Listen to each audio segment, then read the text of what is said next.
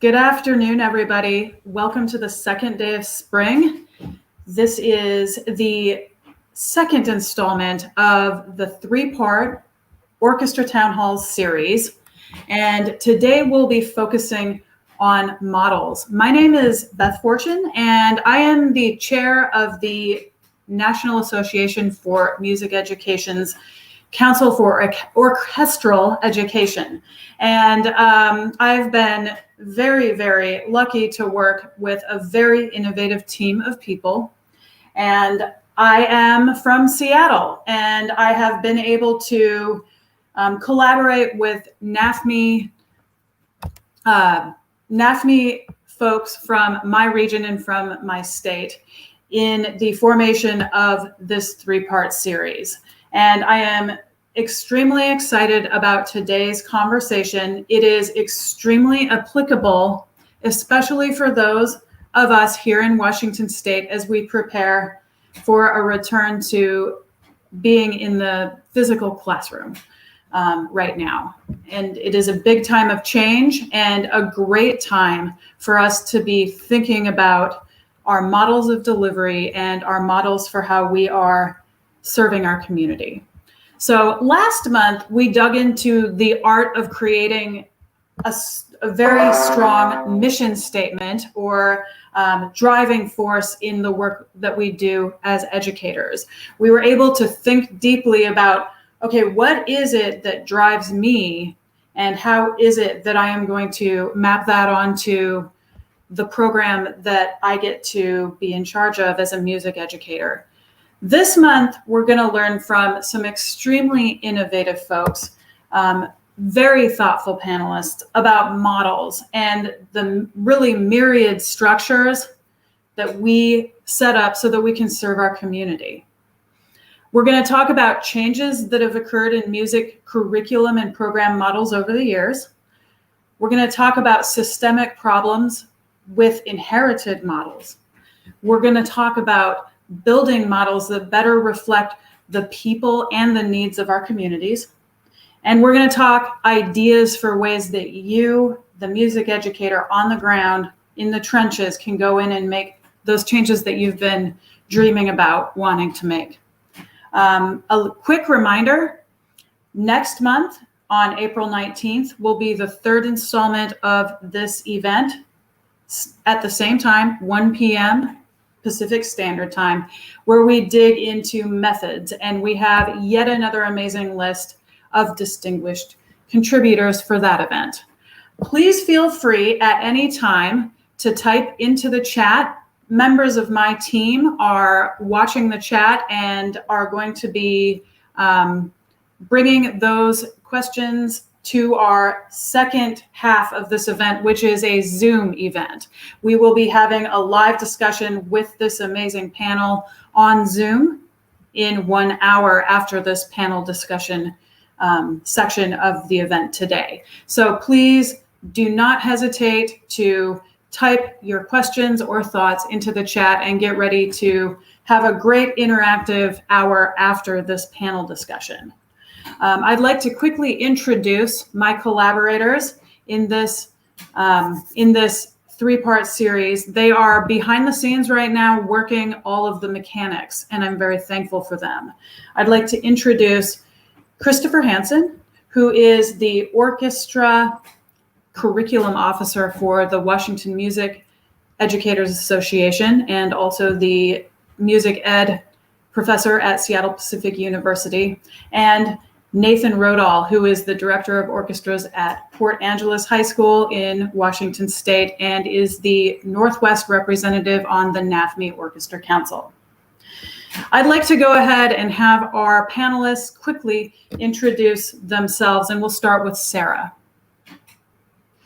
Hi, everyone. So happy to be here. My name is Sarah Gulish, and I am in Philadelphia, Pennsylvania. I am a high school orchestra director outside of Philly, and I also adjunct teach in classes of music education, and I run the music ed publishing company F-Flat Books. So thanks for having me. We're super stoked. Sarah is also the Northeast representative on the Orchestra Council for NAfME. James. Hello, all. My name is James Ray. I am on the faculty at Western Washington University in Bellingham, Washington, where I teach music education, music theory. I'm also the music director of our local youth orchestra here, the North Sound Youth Symphony, as well as I've got a summer group that I work with, Olympic Strings, that meets in Port Angeles, Washington, actually at Olympic National Park. So I do work with them as well, and I'm just delighted and honored to be part of this panel and part of this discussion today. Thank you, James. Annie. Hey, everybody. I'm Annie Savage, and I am a PhD candidate at the University of Iowa researching the nexus between cultural relevance, the current needs of the music industry, and creative musicianship. I'm a 20-year veteran orchestra director, and I am currently a high school orchestra director, and I've also done a lot of performance in my background and routinely do run-out clinics with my band, the Savage Hearts. And we just wrapped, with 5 minutes to spare, a really awesome bluegrass version of Stevie Wonder's Sir Duke, right in time to get to the panel. So that's my life, and it's a pleasure to be here with you. Fantastic, Annie. Thank you. And Anne. Hi, everyone. Thank you so much for this opportunity to be here and listen and learn and share. My name is Anne Fennell, and she, her, hers from San Diego, California. 32 years as a music educator K-12, and now I am the music program manager for all of San Diego Unified School District and president-elect for California Music Educators and immediate past chair for the Innovations Council for NAfME. Thank you so much, panelists. This team of folks is such a brain trust. And folks, I hope that if you're listening right now, you have a notebook out. You're going to hear some gems from these panelists starting right now. So what I'm going to do is I'm going to ask each individual a specific question, and those questions will also be able to be answered by the other panelists. And we are going to listen to the wisdom of our great group of panelists as they answer some of these questions that are drilling down into models and what we are structuring for our students and for our community. So we're going to start with question number 1, and this question will go to Anne Fennell. How have models of instrumental music instruction evolved in contemporary American education? Thank you. What a historical question to answer, and many books to be written on that. And I'm not going to go back to the past because I think we've all lived it, but I do believe that we're looking really at the approaches and how we balance everything with all the students' needs. So I'm going to give you 2 words here. One is relevance, and one is learner-centered. So where do I have hopes in that instrumental or all music instruction leads to? Relevance and learner-centered work. Really moving from that teacher-centered model to this learner-centered model where the music and the learning is relevant for the students and their community and all of the stakeholders, and that we're in service to the learner and service to their learning, and creating a balance to ensure that it's not just about a performance, right? That's how I was raised. And look, I loved my education. It was wonderful. But now we get to know, as we know more about the brain, and we know more about learners, and we know more about connecting with humans and possibilities of lifelong learning, then we get to look at this entire expansion of what is possible. And this is really a place where the students get to co-create their knowledge. They share their voice. They learn through social construction and through self-discovery. And that's really leaning in towards that personalized learning model, where it's no longer kind of that sage on the stage, but it really is this teacher activating or facilitating what's possible. I remember sitting in an ensemble where the conductor wouldn't talk, but through body language, beautiful gestures would create music, and we were certainly in service to beautiful music, but our opinions and thoughts were not really part of the process. So that cognitive load was on that director versus the cognitive load being shared and articulated with what was possible. And the challenge of that is it does take time, but it does engage all learners to be a part of that process of learning and leading. And if we can lead in this new model through inquiry, where we're asking questions and we're helping them construct their understanding, I think this is where real learning happens. I also think this moving away from a model of compliance to collaboration to that co-created part is huge, because really it's not about the teacher telling students what to do. It's helping the students understand what's possible.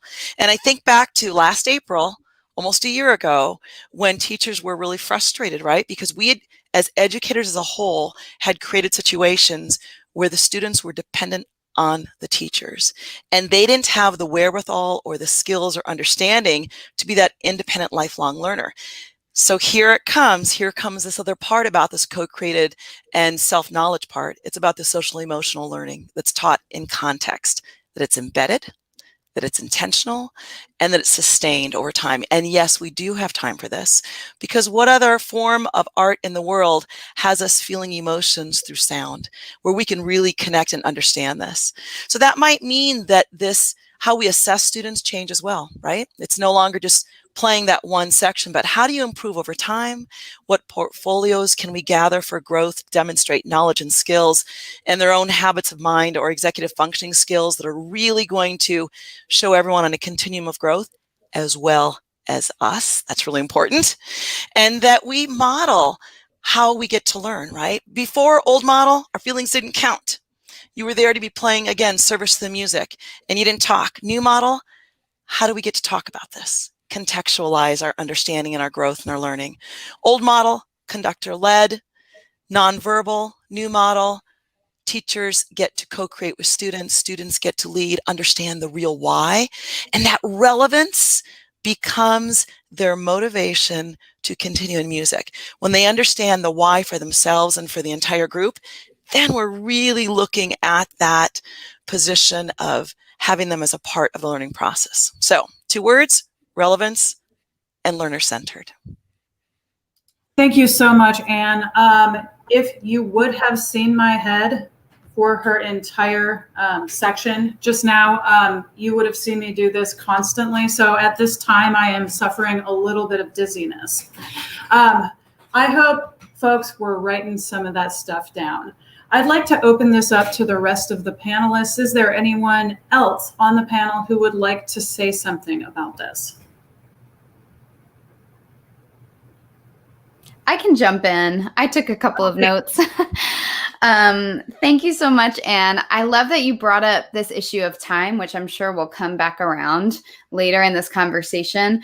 But I feel that this is the biggest pushback I get from orchestra directors who want to innovate or who want to reimagine their models, but they just keep saying, I don't have enough time.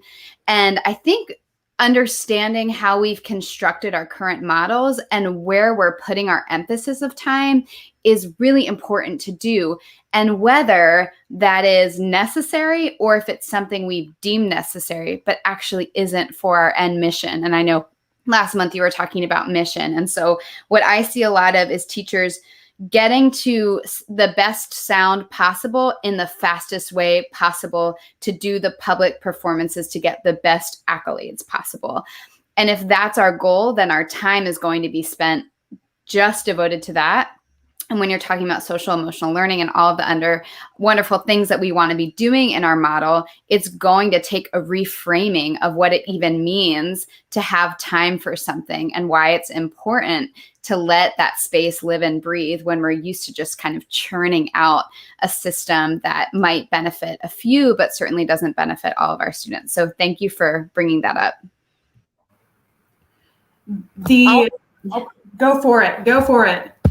Yeah, I would love to piggyback on that. I know as a busy person, I don't have time is just code for I am in control here and I'm not receptive to what is being suggested. Most of us who have come so far in our careers are type A personality, whatever that means, if it even has a context anymore.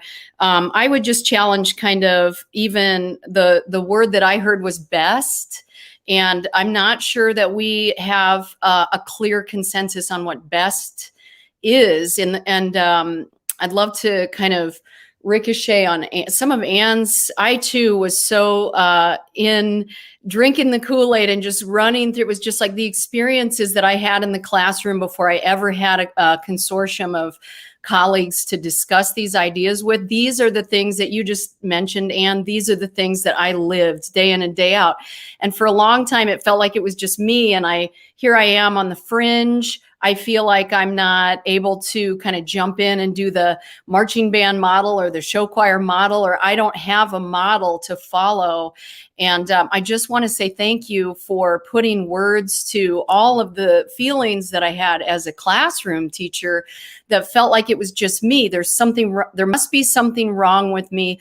But the thing that's always steered me forward is my ethical directive and almost spiritual directive. What is the right thing to do, not what is the best, or what is something that has a little bit of a subjective overtone to it. I just really appreciate the opportunity to be here with you guys and discuss these ideas, and the fact that we're here and invited to discuss these ideas instead of just alone, really thinking this doesn't feel like the right thing to do. And I would just say, to me, it's not about reading Mozart. It's about creating individual Mozarts in our classroom. I did a lot of notation reading, and I did a lot of I worked with a lot of people in charge who did not represent my identity necessarily. And I think this is just a really exciting conversation to have. Thank you. Anyone else from the panel like to talk about the question about models evolving in contemporary American education? Yeah, I think I would just, I don't know if I'd necessarily add to the conversation, but just kind of another way of thinking about it in terms of our language. I sometimes obsess way too much over the words that we use, but I think I think a lot of what's been discussed can be encapsulated in the traditional characterization of what we are doing on a day-to-day basis as our orchestra programs, our string programs, right? That word program kind of implies that even though we kind of know or think we know that what we're doing is part of an educational mission, this idea of a program, I think that's where you get to this mentality. It supports that mentality that my primary objective is to prepare for the next concert and then the next concert after that. And kind of these, a mini or a small pre-professional ensemble kind of a mindset. And so I think, even though we use the term all the time, talk about an orchestra program, I don't think there's anything inherently wrong with that, but just understanding what's behind that that kind of language, and then as part of this conceptualization, we're talking about recognizing that what we're doing is primarily an educational mission first and foremost. I don't think that means concerts go away. I don't think that means we no longer talk about ensemble skills and intonation and balance. I think those are still part of it, but we recontextualize those. Yes, there is a programmatic aspect to what we do, but that is part of what we do. It is not the central focus of what we're doing in terms of really providing education. All the things that Anne and everybody else is talking about, really helping those students investigate, the world, investigate themselves through a musical lens, rather than having music be the focus itself. Yes, and all of this is so pertinent right now in this period of time, because so many of us have gone through a situation with COVID where performances were simply just taken off the table. And we've been forced into thinking about all of these other aspects. And now that many of us are preparing for a return to quote unquote normal, we need to think about what we want to take with us from this really important period of time we've been in. I'd like to ask the next question, and it will be to James. James, how do models we inherit create systemic problems in contemporary American education? Yeah, thank you for that. And as I was thinking about this question, I was thinking a lot about problems in terms of various barriers that are kind of commonplace in what we're doing in terms of strings. I think we can talk about barriers on a number of fronts, including barriers to access, stylistic barriers in terms of the music we tend to explore, and also some practical pressures, which kind of gets on some of the things that we've talked about already. I think in terms of access, one of the things we think about is the ubiquity of our offerings. In other words, where are our programs being offered? And I think that points to when you look at cash-strapped districts, and I'm thinking of a paper by just in the last AST magazine, the American String Teacher magazine by Davis, I think is the last name, but anyway, pointing to how programs that are cash-strapped or that are test-stressed, right? Thinking about the test and structuring the greater school curriculum around that, and we kind of know this. One of the first things to get the short shrift is often the music programs, right? So are we even likely to see string, or for that matter, band or choral programs in some of those districts, as well as, another thing that I think is really huge for especially instrumental ensembles is a barrier to access in terms of students who are in the secondary level. When we think about our string programs, in many cases, they're kind of this progressive where you either start in maybe 4th, 5th, or 6th grade, but once you're past a year or two of that, a student who's just coming along as an 8th grader or a 10th grader, and they say, hey, that looks cool, I'd like to do that. Well, there's a natural barrier because by and large, our programs don't necessarily allow for a secondary level beginners. So that's another one as well.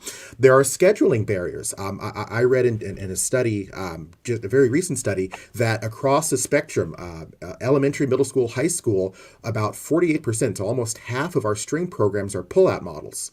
And I knew that was the case often in elementary programs, but that's really just across the spectrum. So what that means is that students or administrators or other teachers at some point have to make a choice. Am I going to stay in reading? Or am I going to sacrifice some of that reading instruction to do orchestra or math or whatever the other, for lack of a better word, competing subject is?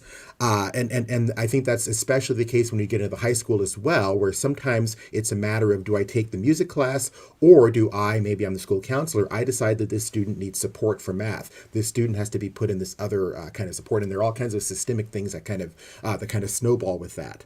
And of course, we can always talk about the financial barrier with regard to string playing and instrumental in general. It's one of those, the unspoken advertisement, is that strings is for the well-endowed in terms of money, because you've got to buy the instrument. If you have the money to go and get private lessons, well, now you're at more of an advantage. And so that's a barrier. Although I do want to point out that there's actually recent work by Daryl Kinney that suggests that actually this inequality may be improving a little bit. Kinney's study found that there wasn't necessarily an SES factor in terms of students continuing in string programs. So that was encouraging, but there is still that barrier that does exist. And then there are the cultural barriers, right? The orchestral medium itself is kind of centered around this music of dead white men. And so in terms of how that connects with the students in today's classrooms, I think there's often either a disconnect where students are kind of seeing that and deciding it's not for them, or maybe they're in the room and they're looking around and they're looking at, the composer names of piece after piece after piece, and they don't see themselves or their communities represented. Now, I will say that in orchestral strings, especially in terms of educational music, I think we're starting to address that, at least with respect to women composers and arrangers. We're seeing a lot more of those in music for middle schools and high schools, but still largely absent from the canon, so to speak, is music by BIPOC composers of color, and arrangers of color. And so I think a lot of this combines together to get to this statistic, and I didn't realize this. Apparently, only 2% of our school populations are enrolled in string orchestra. For whatever reason, good, bad, indifferent, whatever, it's only 2%. And in fact, that's even less than students not only enrolled in bands and choirs, but even enrolled in classes like keyboarding and guitar. So I think when you think about this idea of inherent issues, that's huge, and that's got to make us stop. What's going on there? right? And so I think a lot of that has to do with, are we even making the music that students are interested in? And I touch on that a little bit. You know, there's research out there that talks about the students who are not necessarily in our programs, and by our programs I mean band, choir, and orchestra, but they are still musical, which shouldn't be a surprise because as human beings we are naturally musical creatures. So why aren't they necessarily walking into our music classrooms? And some of the findings around that are that what we're doing just doesn't really connect to what they're interested in. They're interested in things like, how can I be a songwriter? Can I put a garage band together and just jam? And all these other things that don't really fit the models of what public school music has been constructed to be. And I don't think there's anything natural about it. I think there's certainly historical things, but there's no reason it has to be that way. And so those are just some of the things I think about in terms of, you know, the models we inherited and some of the barriers and inequities that pop up around it. Mind blown at this time. So many things are running through my mind about the kids in the school that just simply walk by the rehearsal room and have never ever thought that orchestra was something that was for them. I'd love to open this up to the rest of the panel. Anne. Oh my gosh, so many thoughts. You know, it's whether or not our students can even see themselves in the program. So what are we doing to ensure that every student sees themselves? And that's, you know, I'm going to back up even a little bit further. I want to talk about, you know, we have 2% enrolled in orchestra, and the numbers shift depending on obviously the teacher and the area of the United States. But I'm thinking about this whole concept of, you know, people would say years ago, well, music's a core subject. Absolutely it is. But now we know it to be part of that well-rounded education, right? So if it's core, then how do we make sure it's accessible and taught to everyone, just as math is? So some systemic problems that I would see in that were, you know, kids don't audition to be in math class. They audition to be in music classes. And some of the ones, I wonder to what degree some of these systemic issues come down from the way in which we get students into our classes in music. Is it the audition? Is it even chair placement? You know, what are we doing to say that everyone can be on this continuum of growth, right? That it's not just about one and done, fixed mindset, this is your audition, it's holding you here. What about this lifelong, or this growth of improvement? And, you know, the other part I think that I'm seeing, and it's certainly brought to the forefront this last year, is a degree of complacency. Look at, I learned this music, I learned it this, and then this is in this book, but the music, A, is not relevant, or it truly is not uplifting of all voices. And it's reflecting an old culture that was not supporting diversity. And so how do we look at everything that we are using to teach with, so that no longer frames a problem, right? So it's really about the music we choose, how we are inviting students in. And the reality is this: the students that are not in our programs will give us more information about what needs to be done than the students that are in our programs. That is a startling realization. Absolutely something we should all be thinking about right now. There's, yeah, again, just an incredible array of thoughts there. And there is statistical, there are statistics that might recommend that people who do not participate in large ensembles in high school are more likely to participate in music as adults. You know, of the I'd say 20 to 25% of students that participate in all secondary large ensembles, there are studies that indicate that only 5 to 10% of those kids will participate in music as adults, whereas 75% of your general population of people are participating in music as adults. So we may even be doing a certain amount of damage in that experience that kids have with us. And I think I would echo James that the previous experience, and I saw Chris came through, previous experience is a tremendous barrier. We have kids who move to the United States from countries that don't have anything like violin or viola or cello. We have a real need for offering beginning orchestra, but I'm going to step out and say the dirty word that I think we need to really consider secondary general music. I think that a lot of the ideas that are coming up point to the ethical directive that we have to offer our students an opportunity to participate in electronic music, in non-acoustic music, they want to play what they listen to. Why is the gap between what is happening in the music education classroom and the music industry so wide? And why does it continue to become wider over time? And of course, there are definitely demographic parallels that we can make to who is it meaningful to, who is it not meaningful to. And I know, even knowing all of these things as a human, that I went from living this very vivid, incredible performance career, took a little bit of time away from public education. I, with 20 years of improvisation, digital music experience, having, looping violin into club music, came into the classroom, and immediately I took the baton. I stood on the box. I opened the score. There was a tremendous amount of, I think, cultural pressure for me, the individual, to just fit inside the pre-existing model. And I did it willingly for a couple years until I thought, if I, knowing all I know, all I've traveled, all I've experienced, am standing here with my stick on the podium, I don't know who can do this. I mean, it is a really daunting task to go back into public education and not fall into the rules that are set before you ever walk in.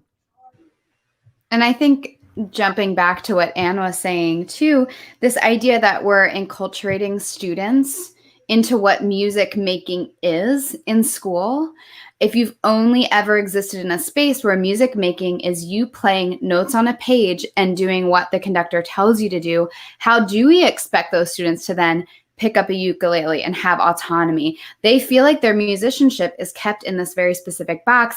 And to your point, I do have the unique privilege of teaching an arts course that every kid in our school has to take to graduate. So I do see every kid in my high school. And I do see the kids who've never touched an instrument before. And I do see the kids who are the concert master. And sometimes they get put in a band together and they make music together. And I will never forget one day where a freshman saxophone player was learning a song by ear because all of his friends wanted to play it. They weren't in ensembles. And he said to me, I didn't know that I could play this instrument without sheet music. And I kind of chuckled thinking he was joking, but he truly believed that. He hadn't ever thought, you know what, I'm just going to take out my saxophone and learn a song I listen to on the radio or a song I know and love.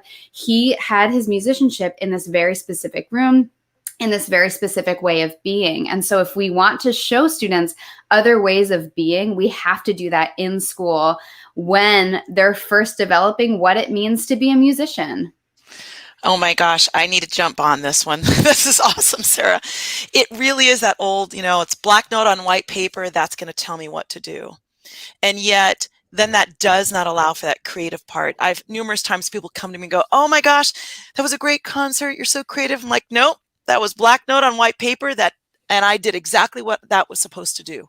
And so there was this concept of, wait, a musician's supposed to be creative? I was never taught that. How do I make that work?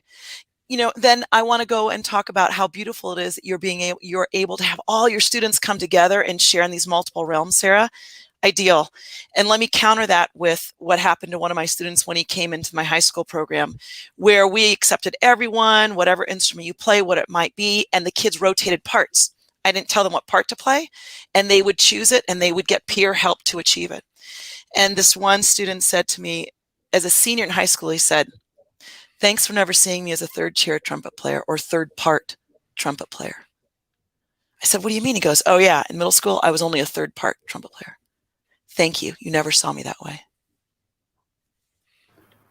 Oh my gosh.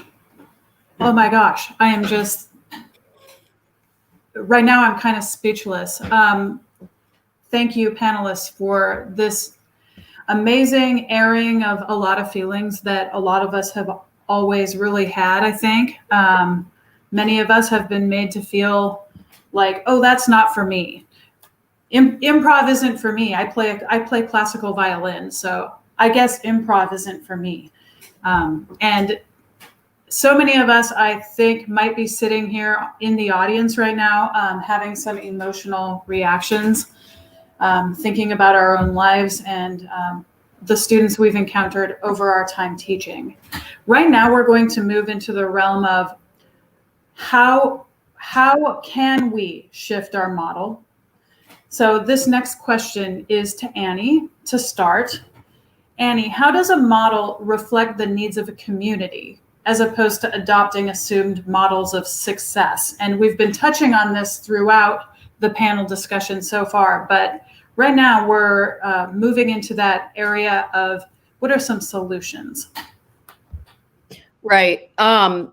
I'm a public educator first and foremost, and I am slowly moving into the realm of higher ed because like I assume a few of our panelists, we are identifying that the problem, the limitation occurs in the training of pre-service teachers, that music teachers come from certified music education programs. And so one of the points where we turn on and off the faucet is right there. And for those of you who are in higher ed, I commend you because you have a lot of power over what's going to happen.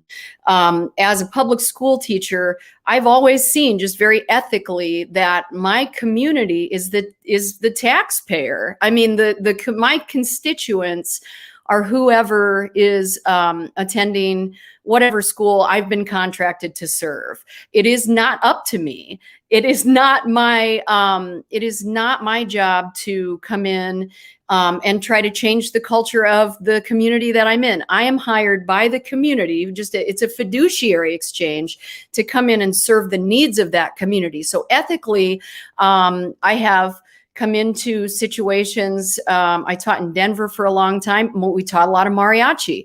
I'm a white girl. At the time, I was 8 months pregnant. Even worse, I came into a class of 17 Latinx guys who knew their way around mariachi. They had been raised in the tradition. I walked in, here I am in a position and of authority. And I said, I'm going to tell you whether you're in time and whether you're in tune. And we're going to learn how to do this together. And you're going to teach me things that I've never learned. And so I think that sharing of vulnerability, what's the first thing we say when we greet somebody on the street? We say, how's your day? And then they say, good. Or how are you? I'm good. Really? How honest are we really willing to be in our lives? And that trickles down into our community. I try to be as rigorously honest as I possibly can. So our model can be whatever you want it to be in the organism that you serve, in the community that you serve. My advisor at the University of Iowa, Dr. Adam Harry, who did a lot of great work with Gloria Ladson-Billings and comes at this. He said, Annie, you can do whatever you want in there.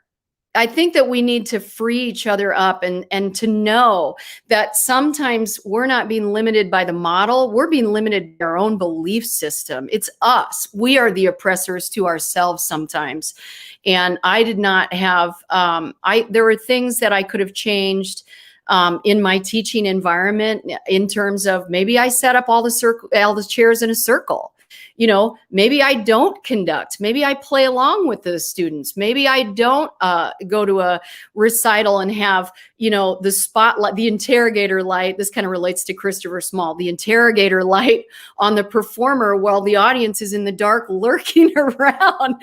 Maybe it's equal lighting. Maybe none of us are wearing concert formal, the formal dress. There are so many things about what we do that instill the old model of hierarchy, basically cultural hierarchy that already doesn't work for those of us that are self-aware enough to come in and say, what can I change here? And for many of us, I think, in the recent ASTA online convention, there's tremendously successful orchestra directors out there who are not limiting themselves. They're bringing in electric instruments. They're playing along with GarageBand tracks. They're offering performance ensembles that are maybe a little bit smaller. Maybe we don't need to have 60 people in one room playing at the same time. In fact, maybe that's the model, that high number of students all in one sitting that is really limiting us, that we really can start to ask ourselves, what can I get away with? What can I go in there based on my belief system, based on my ethical directive? And how can I share this experience with as many humans as possible? And so we have to free ourselves first. I have been much more limiting to myself than anybody was ever limiting to me. Even in music school, I was a smart enough rat in the maze to say, I know I have to do this, but I can use my professional development to go off and create garage bands. So I invite anybody who's listening to take the reins, not as an authoritarian creator of hierarchies, which I'm sure you're probably not, or you wouldn't be listening to this right now, but give yourself the freedom. You're the professional. You can make the decisions, and nobody's standing there at the door of our classroom making sure that we're teaching Mendelssohn. In fact, and less even a Merle Isaac arrangement of Mendelssohn, which is so far away from the original historical phenomenon that we're just creating, we're secondhand information, and we're signing up for it over and over again. Every time we fill out that J.W. Pepper form, I love the fact that it exists, but there's a lot of systemic marginalization that we take and we apply it to ourselves. And so I guess as opposed to adopting, the question originally was, how does a model reflect the needs of a community, as opposed to adopting assumed models of success? The assumed model of success is going to have to be changed. And it's going to be people in higher ed, and it's going to be people who understand vertical alignment, that our students, if they're going to have a creative experience, they need to be able to take that creative experience and go as far as they can with it. So we do not say that reading notation is that's excellence. There's no reason to think that we cannot have excellence and rigor and high achievement and high standards in improvising and in anything that we pursue. There's no reason to kind of involve ourselves with these hierarchies. And when we do that, we limit ourselves. Thank you. I think I'm sorry. I was just saying, one of the great themes of what you were just saying is that I think unlike a lot of our teaching colleagues in a lot of other fields, we kind of have the flexibility and the freedom in many cases to kind of independently determine what our curriculum is going to be. And I'm thinking about that certainly in my experience in the state of Washington and Oregon, where you've got a lot of subjects where they do have a pretty standard set. I mean, this is the text we use, this is and all these other things. I don't think that's as common in the work that we're doing. Now, I do understand that in places like Texas, you have the UIL, and there are places where there really is a very prescribed kind of step. But I would say that even in those situations, there's a lot that you can do within that. And I think kind of to your point that this is not at the expense of rigor. If we're thinking about how can I be creative, even if I am sort of boxed in other words, I have to do that Mendelssohn thing is on the required repertoire list, so I have to do that. I think we can be creative in how we get there. And what I'm getting at is this actually requires more of our expertise and more of our musicianship, because it isn't just kind of following the straight line. It's saying, okay, well, I know I've got to get to festival, I've got to have things in tune, I've got to have in all this other stuff, but maybe I don't have to do it in the traditional way of following the black and white. Maybe there are still ways to incorporate improvisation. Maybe there are still ways to where, like someone else said, I'm not necessarily on the podium. Sometimes I'm sitting in the back of the room.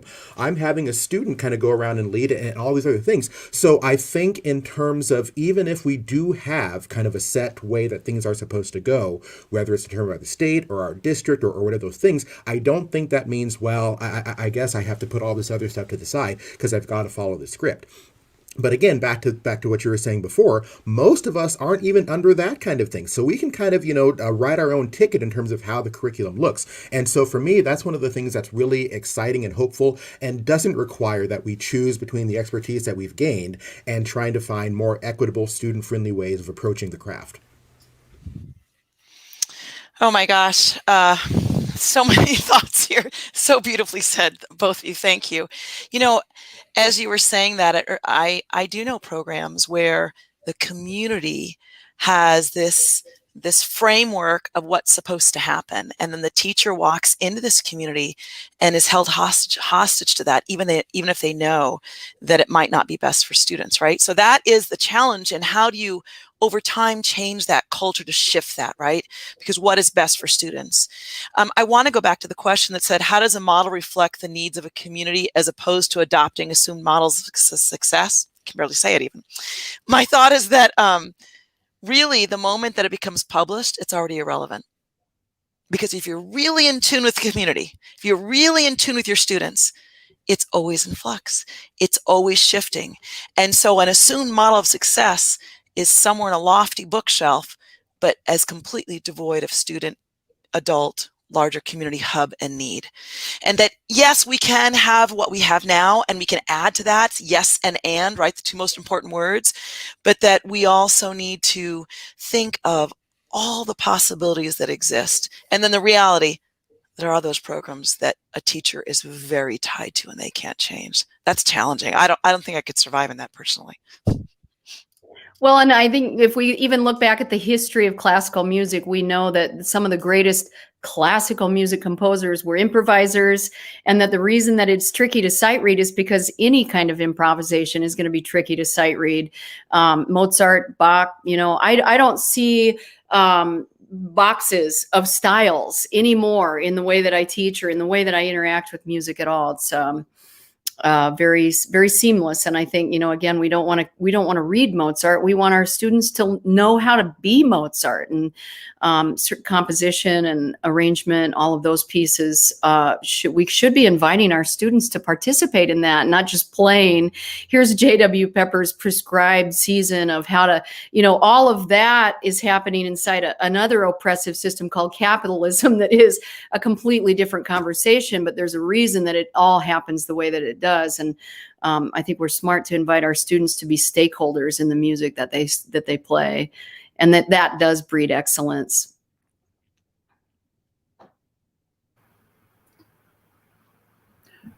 Okay, I am going to ask the final question, and this one's going to be directed at Sarah first. And this question, let's think of it kind of as a jumping off point, right? Because we're going to be meeting on Zoom shortly for a discussion with all that are watching this. You are all invited. You can find the Zoom link on the Orchestra Town Hall's Facebook page, and we highly, highly suggest you join us so that we can all engage in a very important conversation in about 12 minutes. Okay, so Sarah, this is our final question of today. What is your advice to an educator considering making a courageous change in their model? Thank you for this question. This is such a big question. So I'll just share a few ideas that I have, but I do want to say that I get worried whenever we get too prescriptive about what music education should be for any teacher. And I see this happening a lot, where you might see a model happening in another school and you just want to inject it into your school. And so I never want to be prescriptive, because really knowing the best thing to do in changing your model is knowing your community. And it's knowing your students. But in general, if you're feeling like your model isn't meeting the needs of students, it's not reflecting back the students in your community, and you need to make brave changes, I would say first kind of do your research outside the school, but also within the school. So the research outside the school might be who else has made these brave changes in the past and what was their experience like. Listen to them, learn from them. Also do your research within the school. Don't be, we made it 45 minutes and the children have found me. Okay, I'll be done in 5 minutes, okay? So that's my little 2-year-old. I have 3 kids, 6 and under, so, and dad's getting his COVID shot. So that's where we're at right now. But I would say do your research within. So know your students and know what you're serving them and know how you're not serving them. And hopefully over the past year, you've seen some of that. I hope to share more in a couple minutes, but I'm going to go grab some popcorn really quick. That was very relevant and child-centered, Sarah. That was awesome. I'd love to chime in. Annie, did you want to say a couple things? Go ahead. Okay, so I've gone through this, and she's right? It's know your community. It's also having a group of students that you talk to and say, I see where we are here. These are the standards where I feel that we've missed our programs. We could obviously move towards and creating and responding and connecting, and because I'm assuming it's a performance-based program at that moment. So then, we look at this and what's possible, and you make this gradual change. Luckily, if you're at a high school, you've got a 4-year process, right? The ninth graders come in, whatever they start with is what they're going to run with. And then it's this gradual change, and it's talking with the adults, and it's the parents. It's also sitting down with the administrator. It's sitting down with the administrator and saying, I know this has been wonderful here. This is what we're missing, and this is what we can do over time to create this. And this is my 5-year plan. So you're not coming in with just any changes, but you really have thought it out. You brainstorm with the students. You brainstorm with parents. What do they like? What is missing? What can we continue? And it is really a collective plan that's going to move everyone forward together. And I think that's really important. I've seen when someone goes in completely headstrong and gets wiped out because it was their way or the highway, and then it's a shift so quickly that everyone gets lost. So I think keeping that student in the center, informing administration, talk about how you're going to assess and all of those parts, have your parent stakeholders. It's a whole community understanding because they've created a culture of music in a certain way. So now how are you going to shift that? It's not A and C, it's like mitigating that space in between, right? So it's mitigating the gap in between to get to the best common.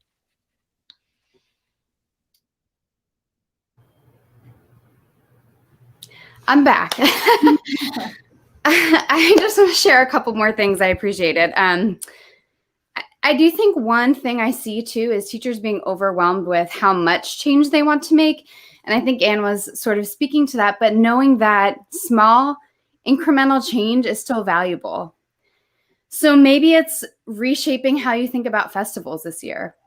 And maybe next year it's thinking about adding another ensemble after school, or the following year seeing how you can grow your general music program to more better influence your ensemble program. So those small incremental changes are actually really huge in the long term, and don't be afraid to make them.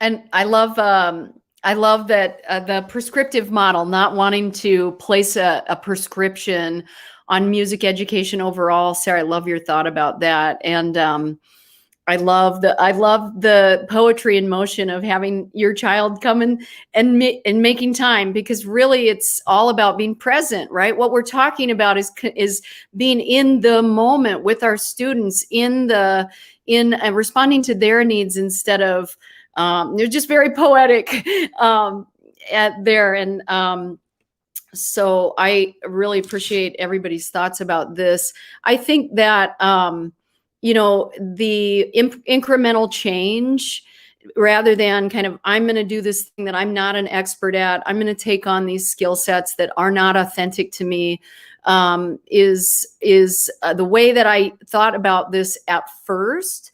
I thought I'm going to have to work harder rather than smarter. And one thing that Beth Fortune does here that I think is an example of how we can be so progressive with less effort is thinking about the representational piece of what we're offering our students. So in the situation that I referred to in Denver, where I found myself 8 months pregnant. I mean, I was like the sheriff in Fargo. I'm driving to work at 4 a.m. to serve my mariachi program, and I have no background in mariachi whatsoever. And I got the job just because they were like, oh, you're a bluegrass improviser. You'll be great at this. And put myself into a very tricky situation. If I had that to do over again, I would have used my vulnerability to share some vulnerability with some mariachi experts in my community and brought them into my classroom so that my students would have had full representation. So there are ways that we can work around our schedules and save our time that are maybe more authentic. As we don't need to be the sole purveyor of what happens in our classroom. We can bring a lot of influences in. And Beth, you do a great job doing that with your various ensembles and creating lots of different experiences for your learners within the orchestra classroom, because these things that we're talking about can be done, but doing them within the orchestral classroom, wow, that is like, it's like paradox to me. It's very paradoxical. Thank you. Yes. I love to bring in collaborators, and for me, collaboration is where it's at. And we can talk about that more next hour. But I would love to open up the floor to any of our other panelists for the next few minutes to continue sharing advice. I'll jump in really quickly regarding what if you have colleagues that don't agree with you? That's happened to me. And it is giving your best and letting them know the possibility. And there's a point where you still have to rise above the negativity, right? And there is a point where there will be people that will come down on you because how dare you offer that, or how dare you do that? Some of it's fear-based. Some of it's they want to see a system that's been in place continue. And what I always told my students, because it was heard in the district, right? What I always told my students is that, and through this, we learn how to support people. And through those words that you're hearing, we will always rise above.